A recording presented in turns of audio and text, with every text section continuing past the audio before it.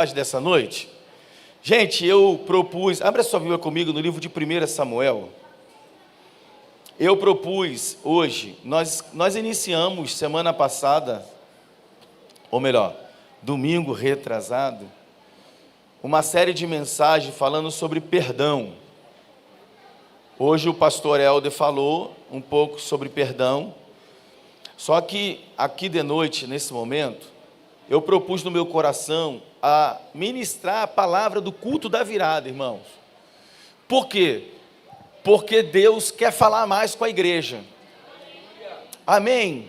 Olha para alguém que está perto de você e fala assim, ó, você sabia que você tem um ventre espiritual? O que você está gerando? É para Deus ou é para o adversário? Porque você tem um ventre espiritual, e esse ventre espiritual, ele vai gerar alguma coisa. O que Jesus falou sobre o pecado? Que o salário do pecado é O que é isso? É gente que está gerando o pecado. Então, aquilo que você gera, uma hora você vai ter uma colheita sobre aquilo que você está gerando. Entende? Então, eu quero, no nome de Jesus, acreditar e crer que nessa noite vai sair daqui pessoas para gerar vida, irmãos.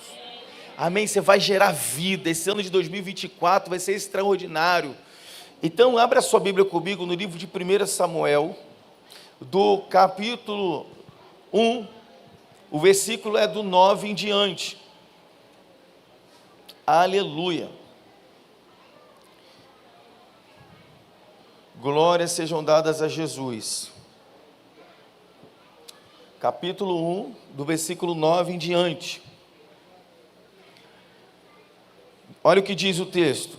Certa ocasião em Siló, logo depois de haverem terminado de comer e beber, estando o sacerdote Eli sentado numa cadeira junto a um dos pilares à entrada do santuário do Senhor, Ana se levantou e com a alma profundamente sofrida chorou muito e orou ao Senhor.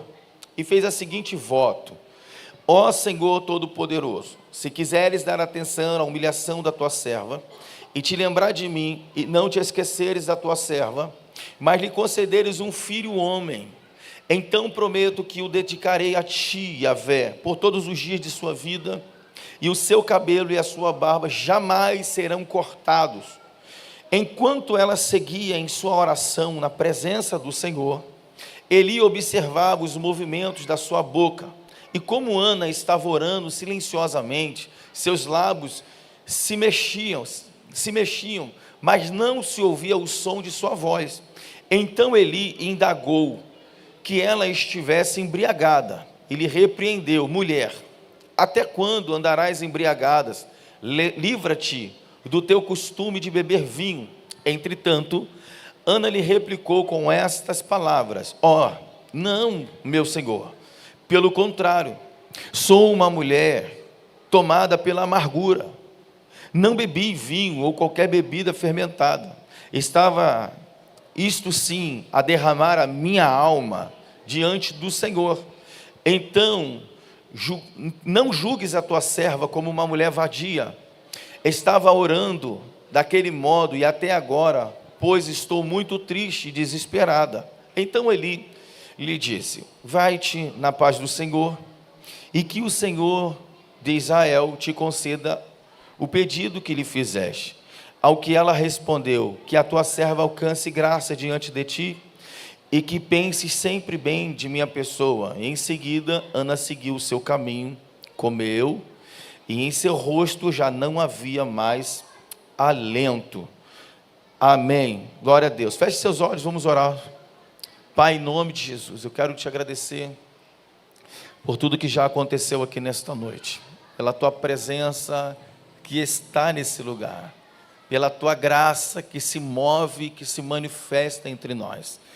Mais uma vez, Espírito Santo, eu peço a tua ajuda, peço o teu auxílio, peço que o Senhor me dê a graça que eu preciso para transmitir ao teu povo a palavra que o Senhor quer falar ao coração de cada filho e de cada filha que está aqui presente.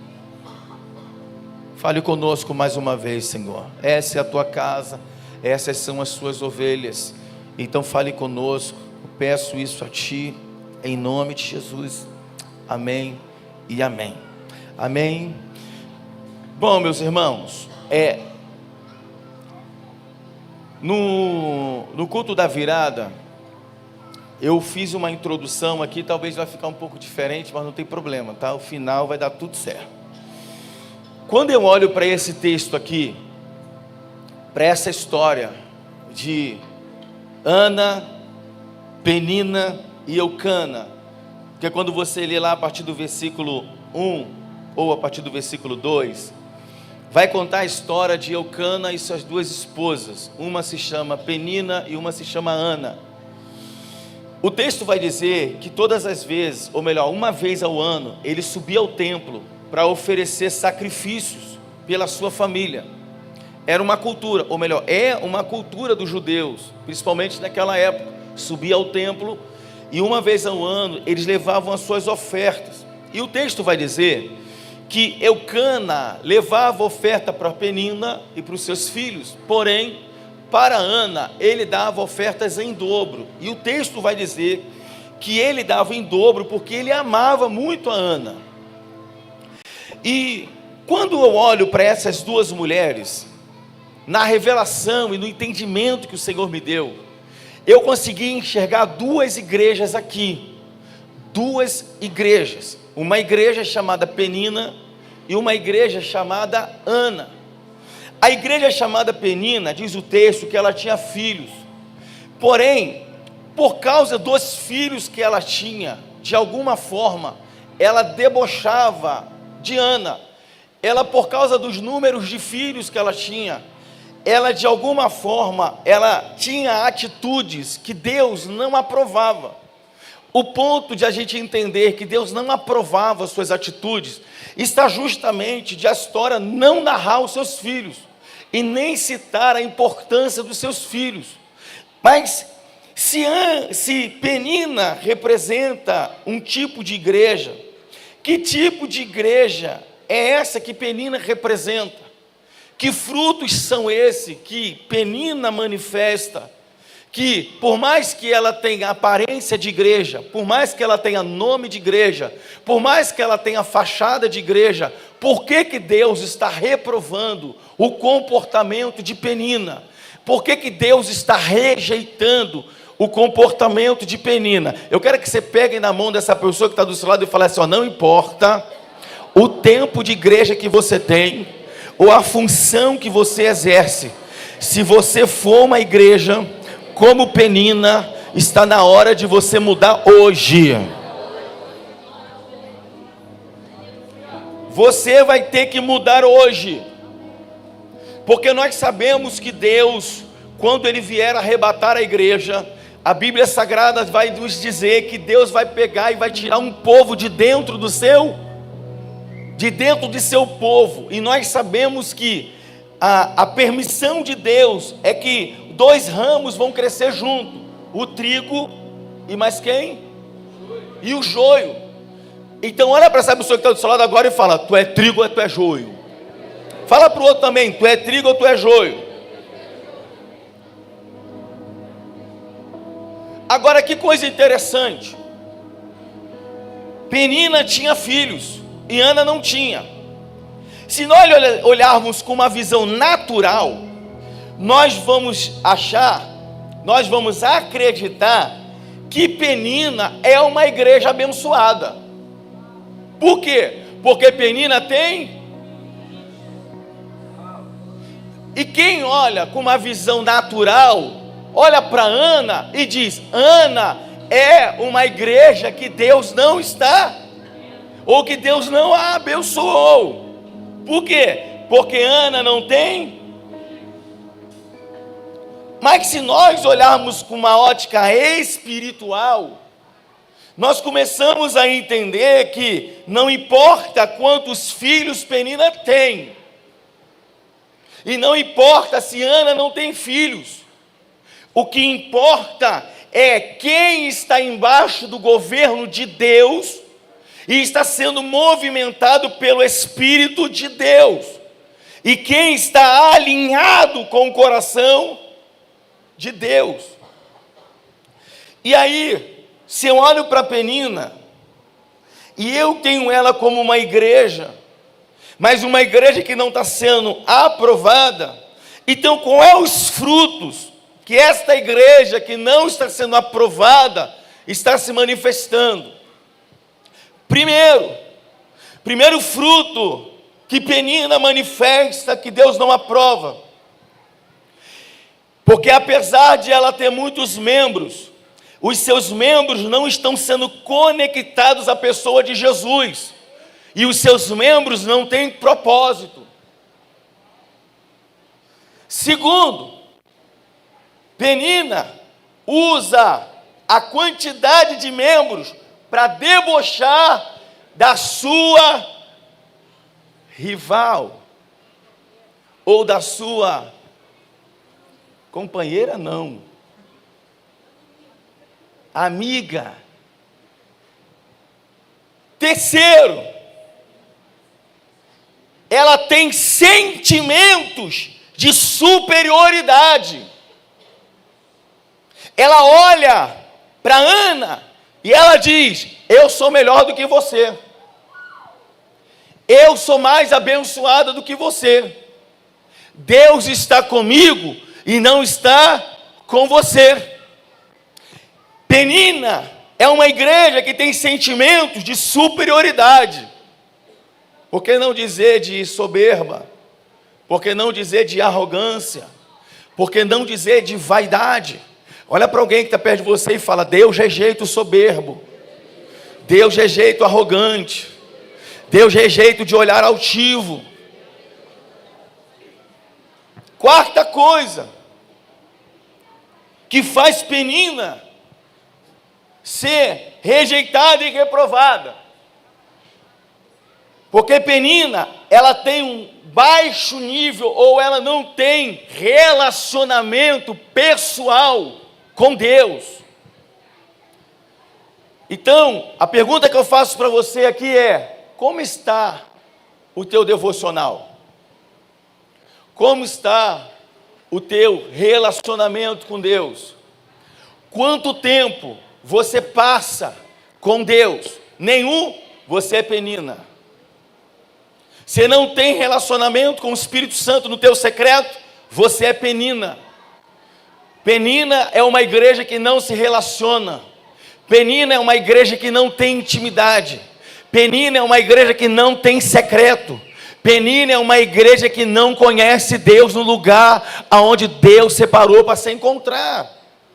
Se percebe que Adão, no cair do dia ou na viração do dia, o texto vai dizer que Deus aparecia, Deus tinha interesse, Deus fazia questão de ir aonde Adão estava, porque Deus queria se relacionar com Adão. Por isso, o lugar de secreto, ele é importante, porque Deus é Deus do secreto, Deus não é Deus de multidão. Você olha para a vida de Jesus, você vai perceber que Jesus estava no meio da multidão, mas ele sempre tinha secreto. Ele olhava para os discípulos e falava: espera um pouquinho que eu vou me retirar, que eu preciso orar ao Pai. Olha para alguém que está do seu lado e fala: você precisa ter secreto. Aleluia! Então, essas são as características de uma igreja como Penina. Uma igreja que ela se vangloria de coisas supérfluas, de coisas aparentes, de coisas que para Deus não tem tanta relevância ou tanta importância. Então, se Penina, esta igreja, não tem relacionamento, tem sentimento de superioridade, aquilo que faz se torna algo como ferramenta para debochar de outros. A quantidade que ela tem faz dela se sentir a maioral, mas não adianta você ter quantidade se essas pessoas não estão sendo conectadas à videira que é Jesus, se essas pessoas não estão tendo o seu caráter transformado, se essas pessoas não estão sendo libertas dos seus maus caminhos, Querido, não adianta a gente estar dentro de uma igreja, mas o nosso caráter não é transformado diariamente. O Evangelho de Jesus, ele veio para transformar o nosso caráter, e ele nos transforma diariamente. Só que nós precisamos abrir a verdade do nosso coração e mostrar para Deus quem nós somos. Existem muitas pessoas como Penina, elas maqueiam tudo, elas tentam passar um pano em tudo, mas só Deus conhece a raiz que está dentro de nós. Deus conhece o íntimo do nosso ser. Deus conhece as sementes e as raízes hereditárias que nós trazemos em nós, e que Ele quer nos transformar.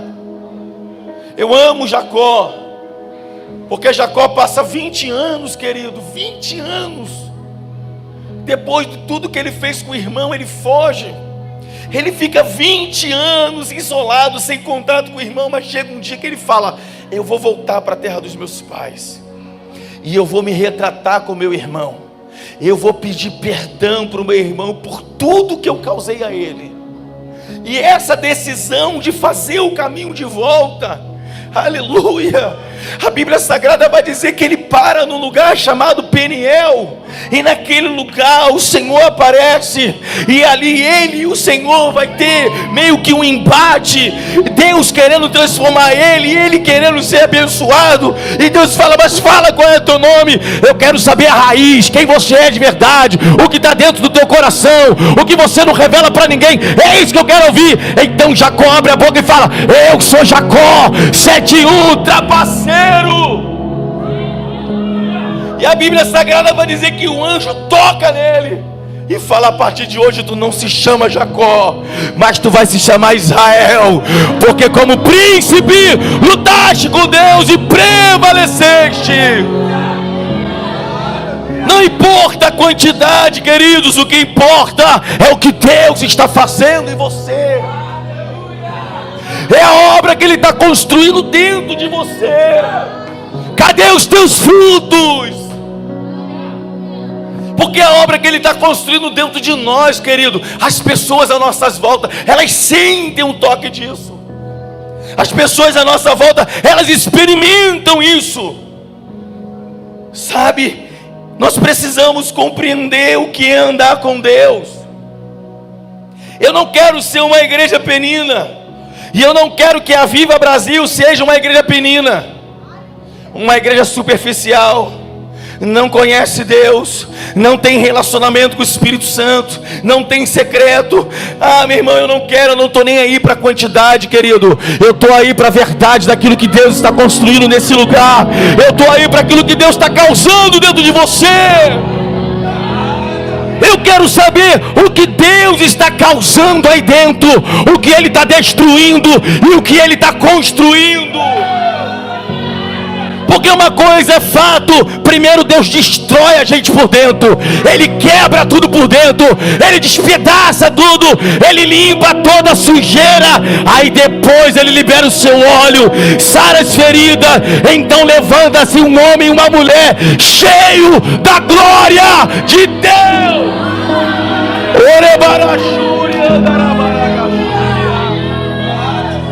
Deus está construindo você.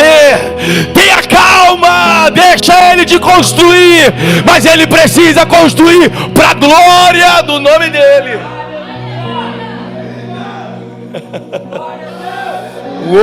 O Espírito Santo soprou uma palavra aqui no meu ouvido. Pega na mão dessa pessoa que está do seu lado e fala: não fique preocupado com o tempo. Deus está construindo algo em você.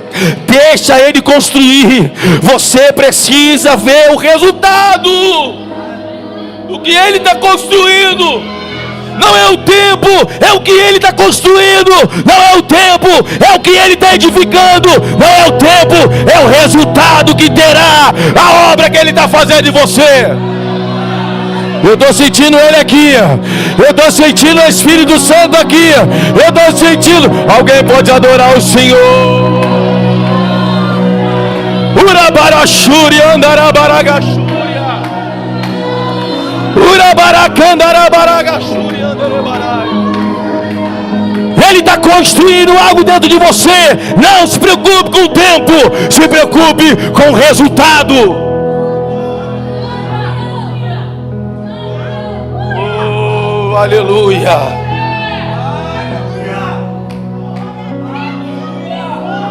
Orebarachuri andarai. Urabaracan, urabaragachúria. Oh, aleluia. Seja bem-vindo, Espírito Santo de Deus. Seja bem-vindo a esta igreja chamada Ana. Seja bem-vindo. Seja bem-vindo, seja bem-vindo, seja bem-vindo. Orebarachúria andarai, querebaragachúria. Eu sinto o Espírito Santo falando com algumas pessoas aqui. Não se preocupe com o tempo, se preocupe com o que eu estou fazendo dentro de você.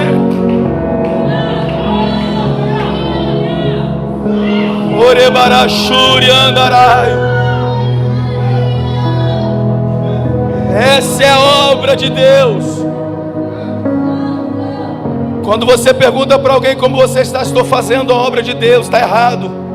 Nós não fazemos a obra de Deus, é Deus que faz uma obra em nós. Ninguém faz obra para Deus, irmão, porque na cruz ele disse: está consumado. Ele já fez todas as coisas na cruz do Calvário. Agora deixa ele fazer uma obra em você, porque a obra que ele quer fazer é dentro de você. Aleluia.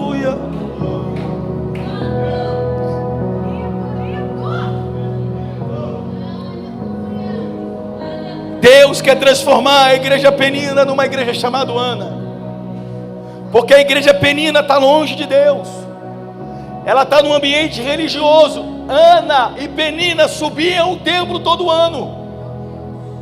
Penina estava dentro da igreja.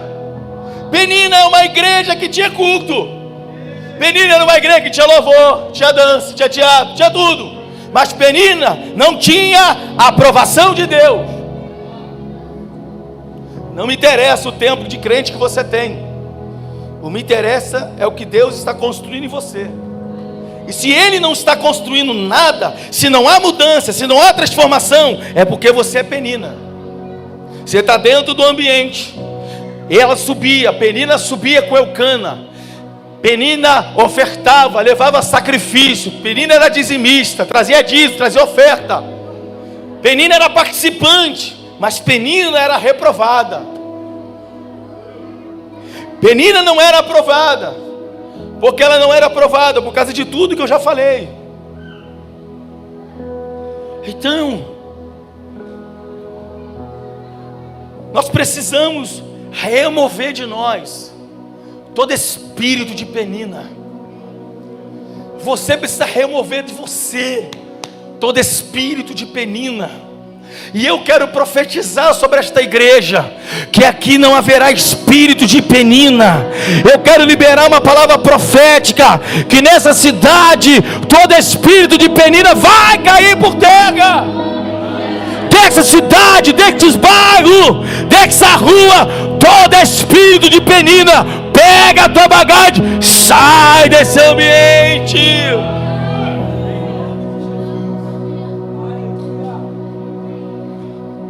Nós rejeitamos esse espírito de Penina, um espírito de religiosidade, sabe? Um espírito que acha que está com Deus, acha que serve a Deus, mas quando você vê na verdade não tem nada de Deus, é só aparência, é só movimento, mas quando você vai experimentar o fruto, você vê que o fruto não é bom,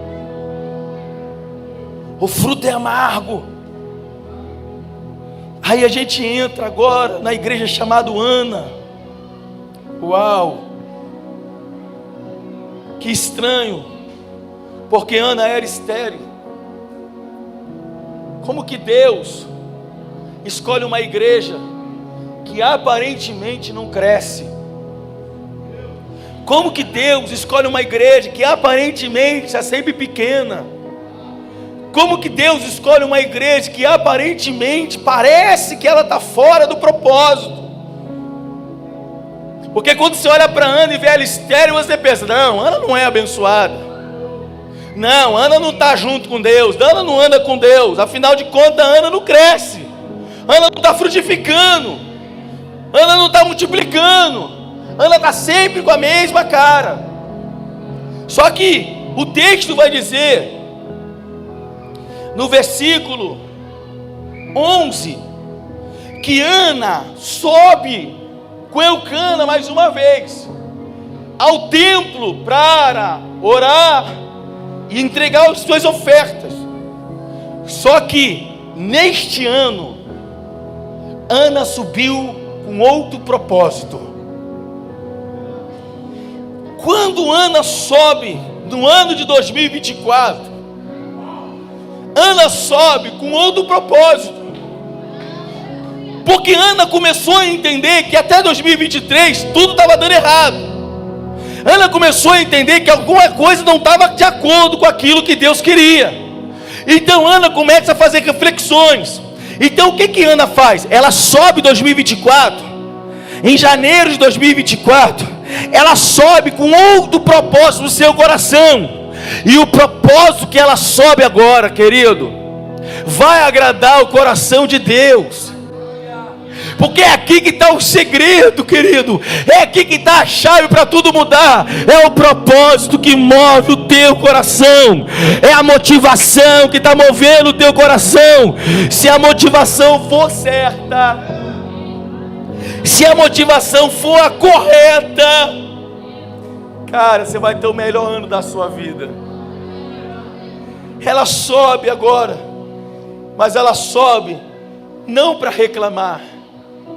Ela está subindo, não é para questionar o ano que passou. Ela está subindo, não é para colocar as suas mágoas diante de Deus, porque ela fazia isso todo ano. Todo ano ela subia para lamentar: eu não tenho filho, eu não tenho filho. A ponto de Eucana falar para ela: eu não sou melhor do que meus filhos para você.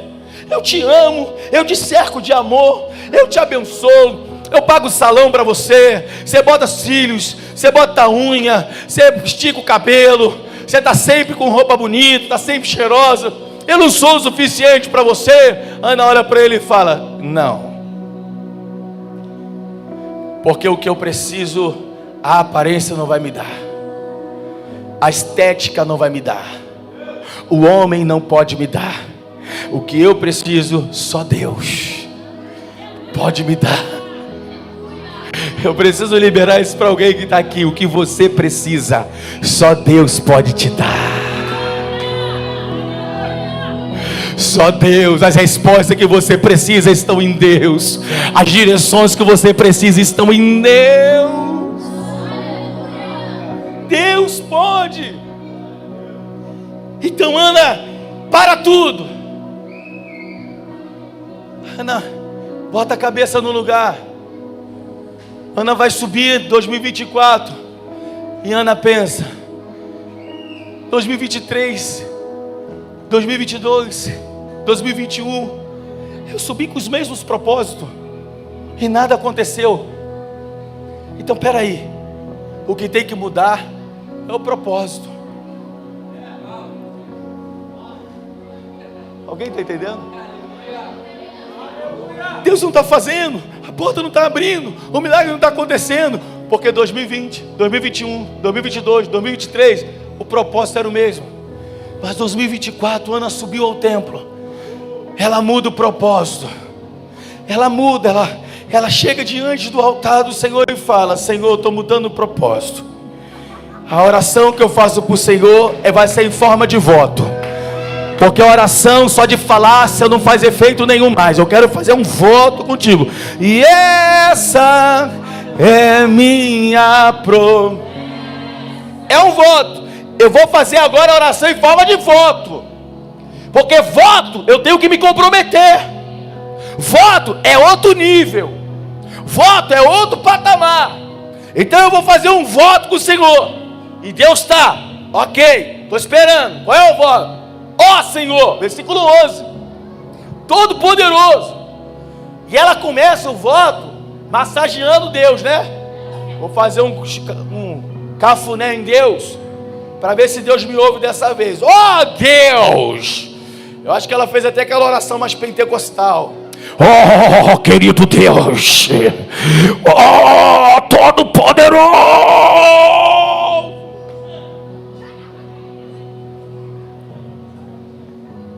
Ela fala: ó Senhor Todo-Poderoso, vírgula, se quiseres. Cadê aquela mulher manhosa? Cadê aquela mulher rinchosa?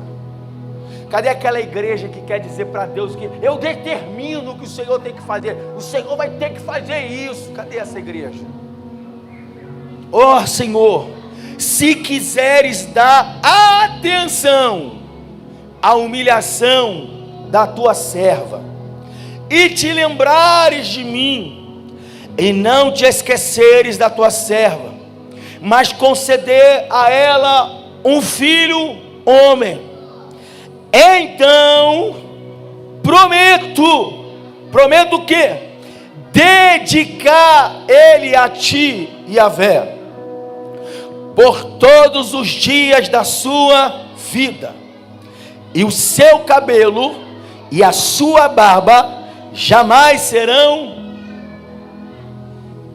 Olha a oração que Ana está fazendo. Não é uma oração manhosa, não é uma oração vitimista, é uma oração consciente, com entendimento do que está falando. Porque tem muita gente que ora muito mais emotivo, muito mais emocionado. Tem um pastor amigo meu que fala aleluiado, do que realmente com entendimento.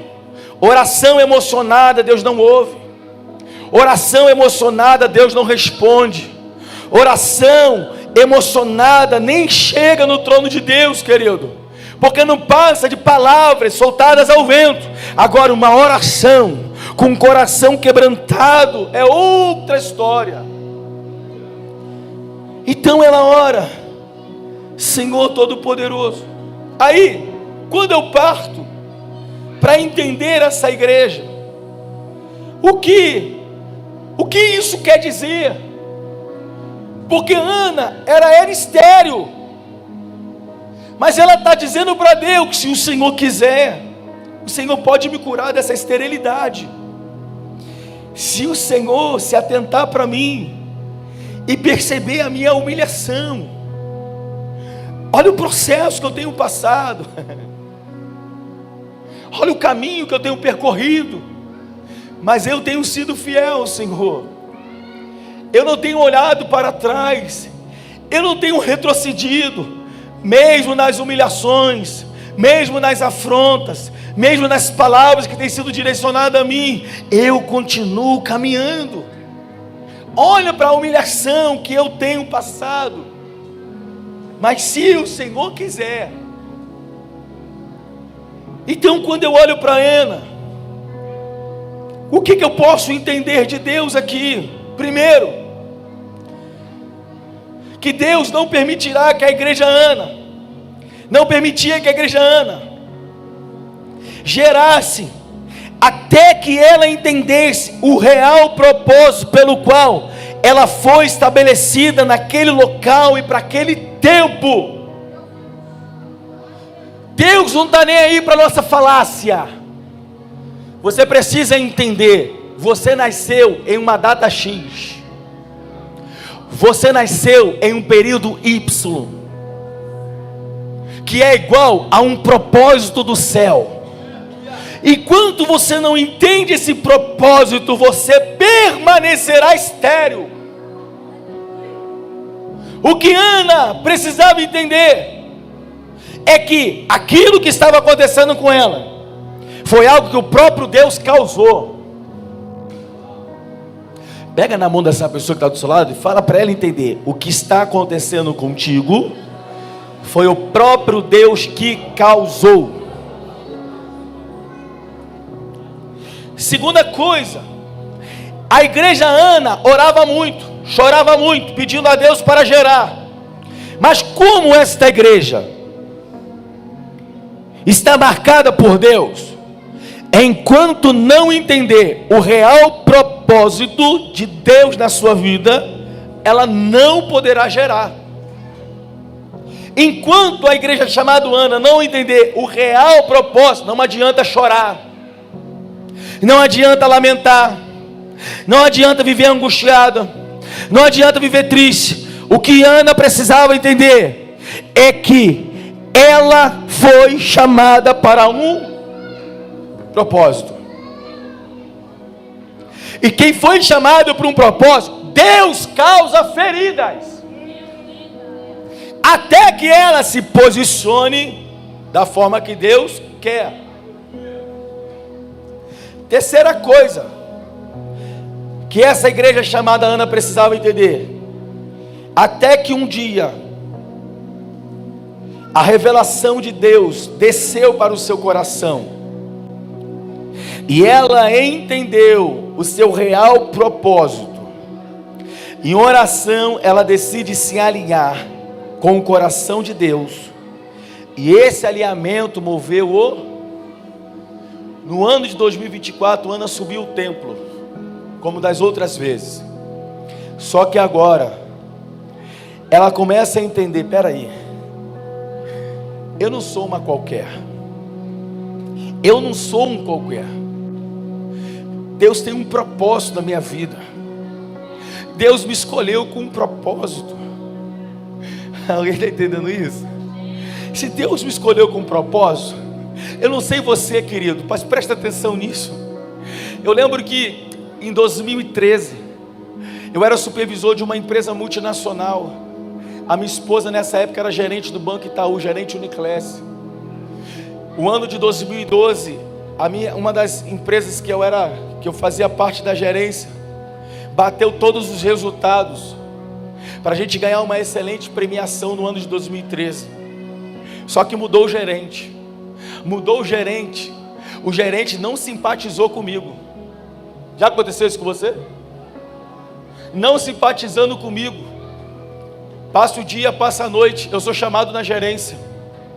E ele fala: assina aqui. Eu falei: que isso? Sua demissão. Eu falei: ué, que isso? Você está sendo demitido, mas qual é a causa? Não tem causa. Eu sei que eu tenho que te demitir. Eu falei: mas eu sou casado, eu tenho filho. Na época só tinha um Pedro. Eu preciso falar alguma coisa quando eu cheguei em casa. A pessoa disse: não há o que eu possa te dizer. Eu sinto que eu tenho que te mandar embora, e eu estou te mandando embora. Assina. Eu assinei. Chega em casa, tá a pastora meia choramingosa. Olha o que houve. Não quero mais trabalhar no banco, não gosto de banco. É um negócio muito esquisito. Eu não estou mais aí para esse negócio. Eu não quero mais ficar no banco. Eu falei: você quer sair do banco? Ela falou: quero. Falei: então sai. Ela: por quê? Porque eu também fui mandado embora. E a gente tinha comprado uma casa em Nova Iguaçu, tinha 2 carros, os boletos não espera para vir, eles batem lá no correio certinho, irmão. E luz e água. Quando eu fui mandado embora e ela pediu demissão, sabe o que eu fiz? Eu disse para ela: Deus quer falar conosco. Vou fazer um propósito com o Senhor no monte, para ouvir o que Deus tem para falar comigo. Eu não fui choramingar, eu não fui reclamar porque eu fui mandado embora. Não, eu fui dizer: Deus, o que o Senhor quer falar comigo?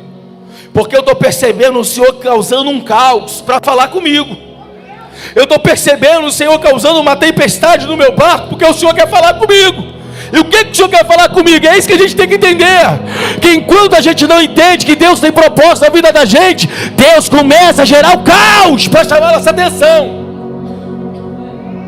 Olha para alguém que está do seu lado e fala: enquanto você não entender que Deus tem um propósito na sua vida, Deus vai permitir o caos chegar.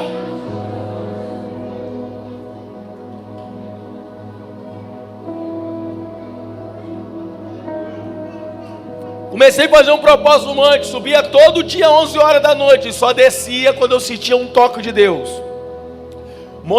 Lá em Mesquita, chamado Horebe, quase 2 horas de subida. Eu ia sozinho, querido.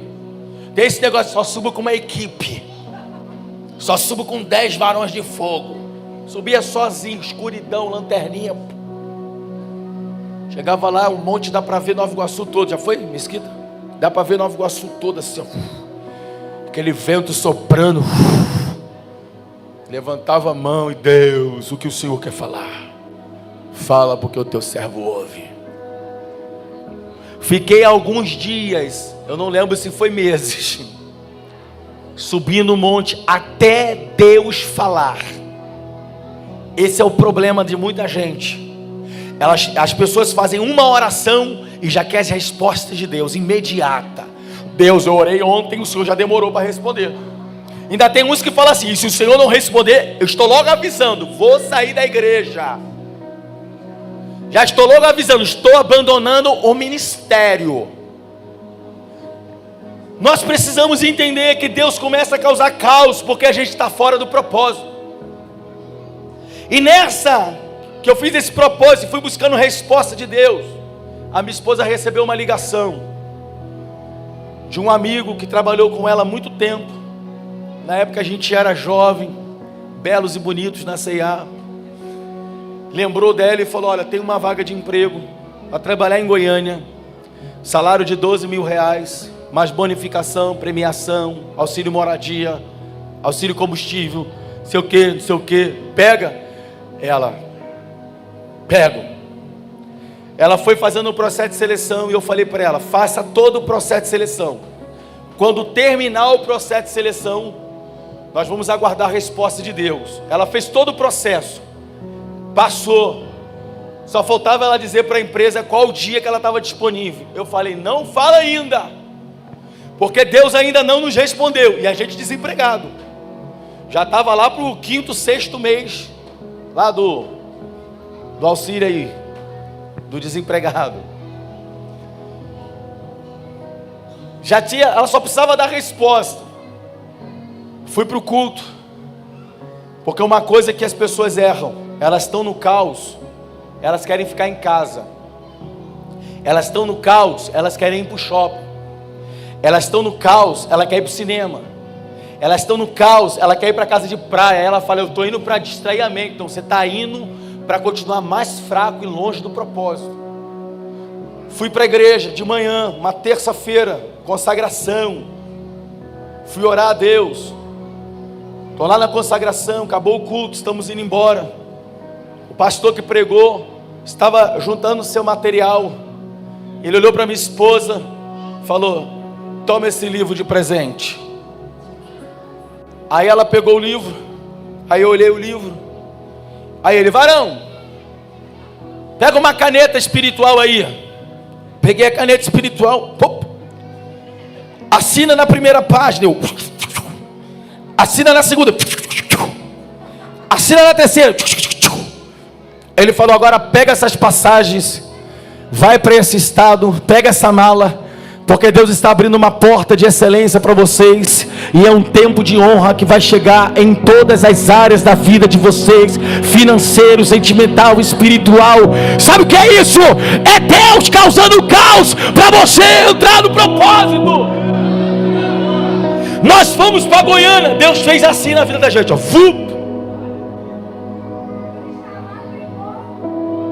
Dinheiro no bolso, os melhores restaurantes, mas Deus amassando barro. Eu recebi uma proposta para trabalhar no Jornal do Estado. A minha proposta até hoje não saiu. Deus começou a levantar os profetas e dizer, ei homem, acabou o teu tempo de trabalhar para o homem. Deus está te chamando para trabalhar para Ele. Você vai ser um funcionário de Deus. Que maluquice é essa? Minha esposa olhava e falava, está amarrado, o homem tem que trabalhar. E eu estava amarrado mesmo. Eu ia para outro lugar, Deus levantava outra pessoa. Até que teve uma segunda-feira, eu recebi uma proposta de emprego para quarta-feira fazer entrevista. Fui pregar numa igreja na segunda-feira. Acabei de pregar, a presença do Senhor tomou a igreja assim, os povos baixando, rodando, dando cambalhota.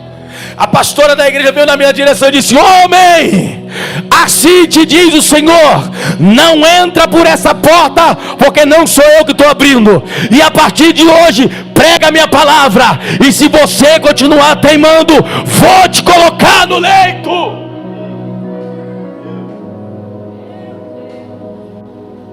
Vou vão te colocar no leito para você parar de teimar. Naquele dia eu disse para Deus: calma aí, não precisa me botar no leito, porque manda quem pode, obedece quem tem juízo. Eu vou ser pregador da palavra, eu me rendo ao Senhor, eu me submeto à tua vontade. Pega na mão dessa pessoa que está do seu lado e fala: Deus vai causar o caos até você entrar no propósito. Se você acredita nisso, aplauda o nome do Senhor.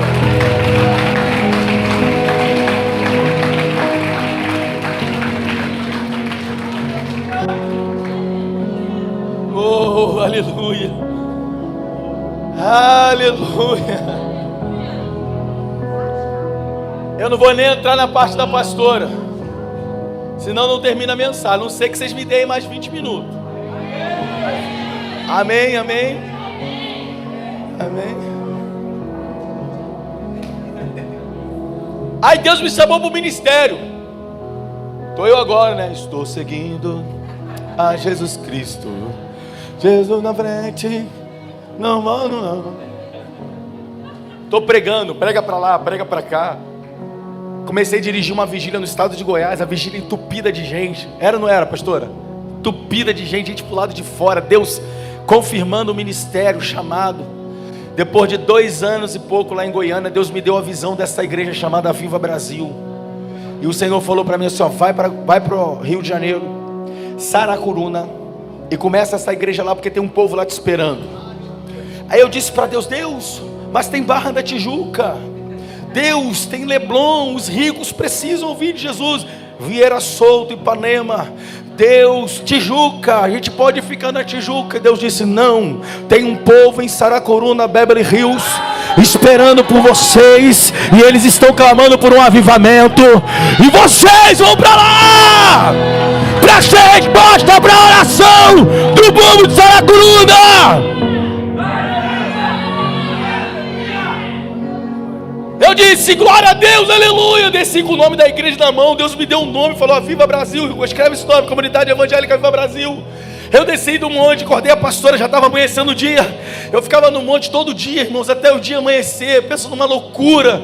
Pense um cara apaixonado por Jesus. Era eu, irmão, no monte todo dia até o dia amanhecer. O dia amanhecendo, Deus falando comigo, eu desci do monte. Acorda, acorda, meu amor, acorda. Ela: o que houve? Deus me deu o nome de uma igreja. Ele falou para a gente voltar para o Rio de Janeiro. Nós vamos morar lá em Saracuruna, a igreja vai ser em Saracuruna, e Deus tem uma grande obra naquele lugar. Ela olhou para mim e disse: cala tua boca, quem falou contigo foi o diabo.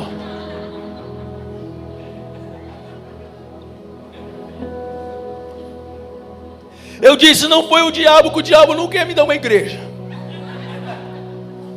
porque ele sabe que eu sou chato, eu sou correto, eu não gosto das coisas erradas. Só pode ser Deus. Ela: mas nós não vamos.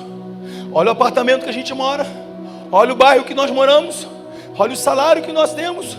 Como que pode Deus tirar a gente dessa bonança toda para levar a gente para Saracuruna? E para ser pastor, você será chamado de ladrão sozinho, eu não serei chamada de ladra.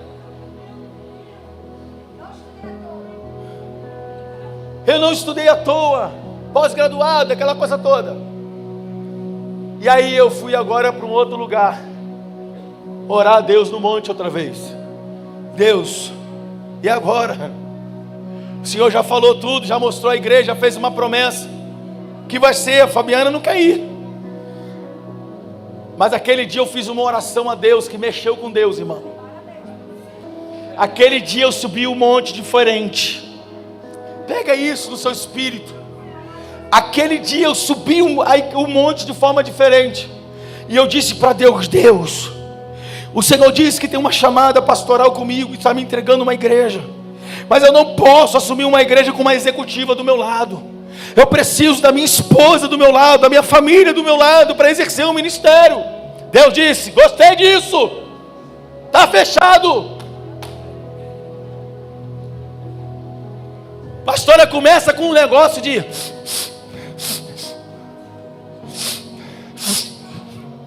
que é isso? Estou com a alergia atacada. Que é isso? Sinusite. Cheguei de uma viagem de pregação, passando mal. Eu disse para ela, estou passando mal. Eu acho que eu estava na época de... Não, dengue não, chikungunya, esses negócios aí. Falei para ela, acho que eu peguei um treco desse lá no Rio de Janeiro. Eu vim pregar numa igreja aqui e voltei. Peguei esse negócio no Rio de Janeiro. Me leva, estou com muita dor no corpo. Me leva para o hospital. Fui para o hospital e ela fungando.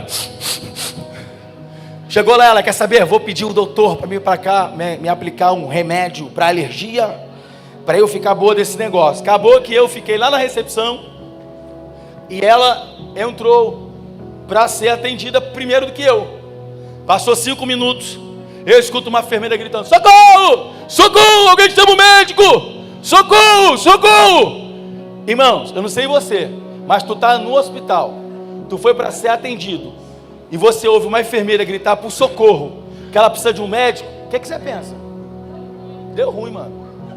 Cadê o médico?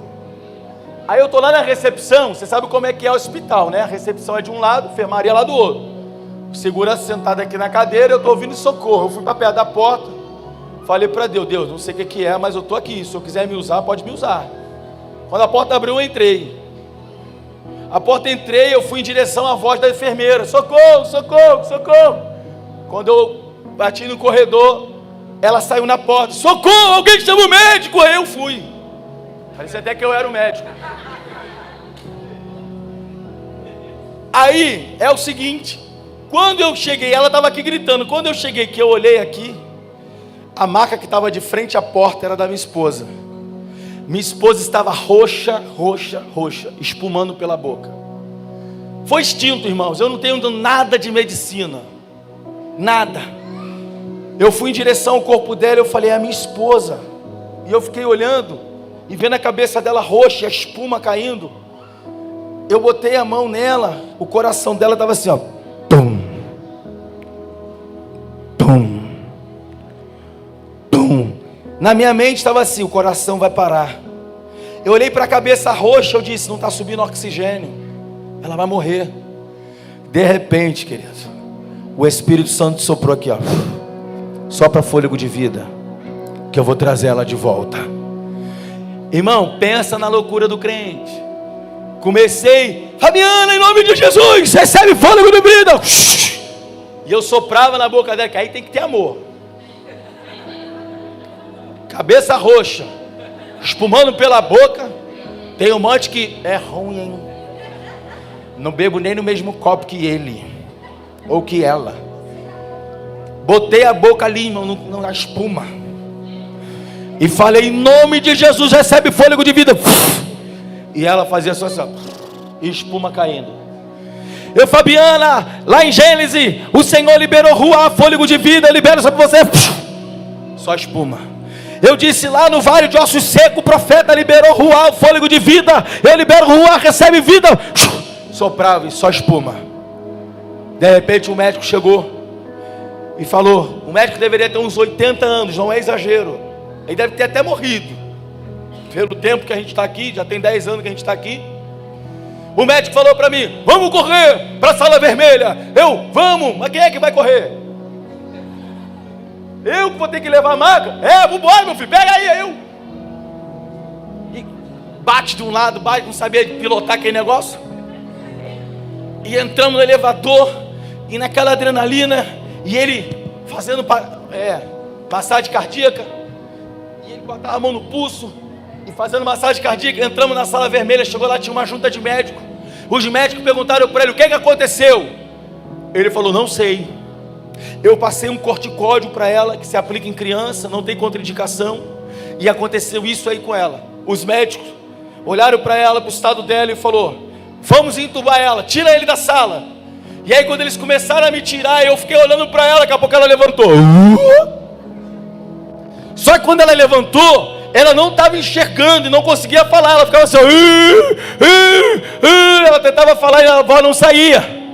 Então eles me tiraram da sala. Quando eu saí da sala, eu saí daquela adrenalina, então eu desmanchei lágrimas. Comecei a chorar, um filme foi passando na minha cabeça: Senhor, nós somos novos, minha esposa ficou deficiente.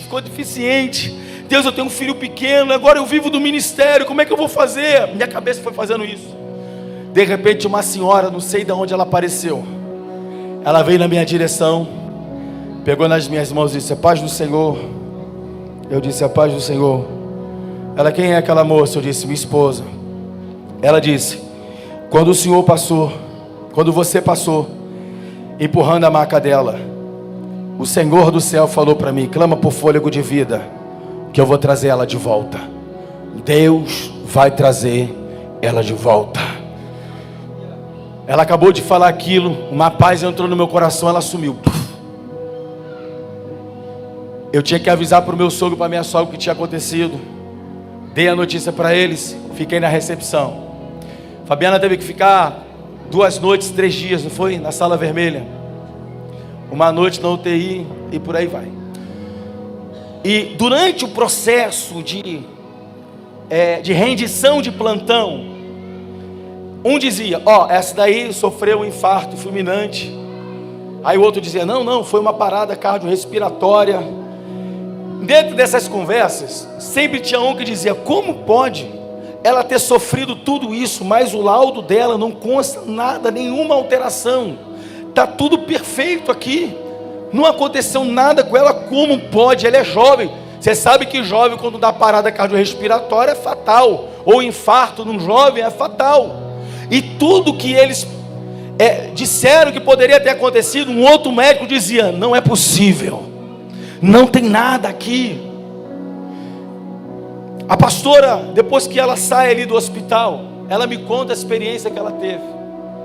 Foi quando o Senhor apareceu para ela, e ela, enquanto ela estava ali infartando, ela olhou para as mãos dela, e ela percebeu que ela estava indo para uma festa. Foi um entendimento que ela teve, mas ela não tinha presente nas mãos, ela estava se sentindo envergonhada. Então ela fez uma oração a Deus. Ela fez 3 orações. Ela disse: Deus, eu ainda sou muito jovem, não é justo os meus pais me enterrarem. Ela disse que só ouvia o silêncio de Deus. Ela faz uma segunda oração: Deus, o meu filho é muito novo, ele tem 1 ano e pouco, deixa eu criar meu filho. E Deus não falava nada, até que quando ela olha para as mãos dela e vê as mãos vazias, ela faz a terceira oração e diz: se o Senhor me der uma segunda chance, eu vou fazer tudo diferente que eu fiz até aqui. Aí saiu do coma, né? Saiu lá do coma, saiu lá do infarto, aquela coisa toda, né? E aí, meu amor? Não, eu vou processar esse hospital, eles tentaram me matar, escambada de covarde, aquela coisa toda. Aqui, eu falei para ela, no hospital, quando a gente foi lá, porque ela queria entender o que aconteceu, eu disse: vai ouvir o chamado de Deus ou não vai? Deus está nos chamando para o Rio de Janeiro. Deus está nos chamando para Saracuruna. Deus está nos chamando para pastorear a sua igreja. E Deus não vai mais negociar com a gente. Acabou o tempo de ficarmos nessa terra. Ela olhou para mim e falou: ok, vamos embora, vamos para Saracuruna, começar a grande obra que o Senhor tem para fazer através da gente. O que eu quero falar para você aqui é que Deus, querido, Ele vai causar um caos até que você entenda o que Ele tem para você. Você está conseguindo entender a gravidade dos exemplos que eu dei? Deus vai criar um caos até que você entenda o propósito. Foi isso que Ele fez com Ana. Ele causou um caos, uma esterilidade, até que Ana entendesse que Deus tinha um propósito com ela. Para a gente terminar, então Ana é uma igreja que Deus ama e é aprovada por Deus. Mas o que Ana fez então? Ana gerou em tempos de angústia. Todo o processo que a igreja Ana passou fez parte da sua gestação. Tem gente que está vivendo processos dolorosos, porque não quer entender, ou já até entendeu, mas não quer se posicionar para gerar o que Deus quer, para gerar o que Deus está falando. Segundo, ela reconheceu o seu estado de humilhação, ou seja, Ana reconheceu quem realmente ela era, seu estado que ela estava.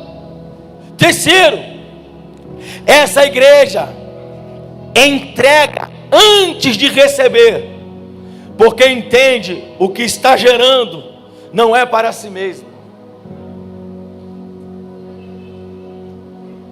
Esse é o problema de muitas pessoas que são infrutíferas, porque elas não entenderam que aquilo que Deus deu não é para você. O que Deus está te entregando não é para massagear o teu ego. O dom, o talento que Deus te deu não é para você, é para Ele. Tem que ser para a glória dEle. Ana entendeu e ela disse: se tu me dá, eu vou te devolver. Mas tem gente que está querendo barganhar com Deus. Quarta coisa, ela respeita seu tempo de desenvolvimento. Ela não pula etapas. O texto vai dizer que Ana, a partir do versículo 19, vai falar para Eucana: quando o menino desmamar, eu levarei ele ao templo e entregarei ao sacerdote. O que Ana estava fazendo? Ana estava obedecendo as etapas. Tem gente que está na etapa de ser tratado, tem que respeitar. Tem gente que está na etapa de trabalhar, tem que trabalhar. Tem gente que está na etapa de se levantar, tem que se levantar. Tem gente que está na etapa de sentar, tem que sentar. O que você precisa entender? Que você precisa estar onde Deus quer que você esteja. Ana espera o processo. A quinta coisa, seu crescimento é sólido e constante. Todos os anos, Ana levava vestes novas e de linho, que representava pureza e santidade. Todos os anos, o menino ia crescendo no templo e Ana levava vestes novas.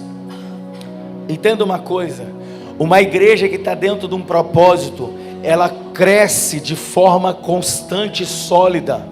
E a cada ano o Senhor vai liberando ferramentas novas. Sexta coisa para terminar: essa igreja é uma fonte para gerar profetas para Deus e não manipuladores de plateia. Então não importa a quantidade, não importa a Penina que tem quantidade, o importante é ser Ana. Porque o que Ana vai gerar? Ana vai gerar profeta. Porque a partir do momento que você entende o propósito que Deus tem na sua vida, você precisa entender o que você está gerando. Você vai começar a gerar vida, você vai gerar transformação, você vai gerar novos direcionamentos para você, para sua casa, para sua família. Porque Israel vivia uma crise espiritual terrível. E quando Samuel nasce, ele nasce para ser uma voz de direcionamento para Israel. Ele se torna um juiz, profeta, e ele se torna também um rei, porque está sobre ele uma unção de governo. Você está entendendo isso, querido? Fique de pé, por favor, porque eu já estou terminando.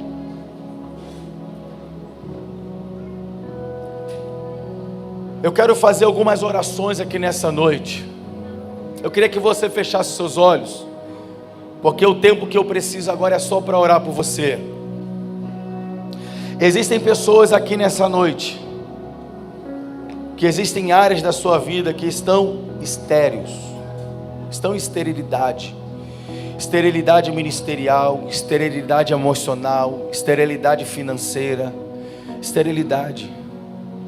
E existem pessoas que estão aqui nessa noite, que não frutificam há muito tempo, não sabem o que é produzir frutos, frutos de ganhar almas para Jesus, de cuidar de pessoas, frutos ministerial, de ter um ministério frutífero, abundante. Eu quero orar nessa noite, para que tudo aquilo que está estéril na sua vida, volte a frutificar. Porque qual é o problema da esterilidade? Ela traz tristeza, ela traz desânimo. A esterilidade traz frustrações, traz tantas coisas negativas. Mas eu quero profetizar que haverá cura aqui nessa noite. Quando Ana gera, você vai ver a alegria de Ana, porque nasceu o seu filho, nasceu a promessa de Deus. Então eu quero orar com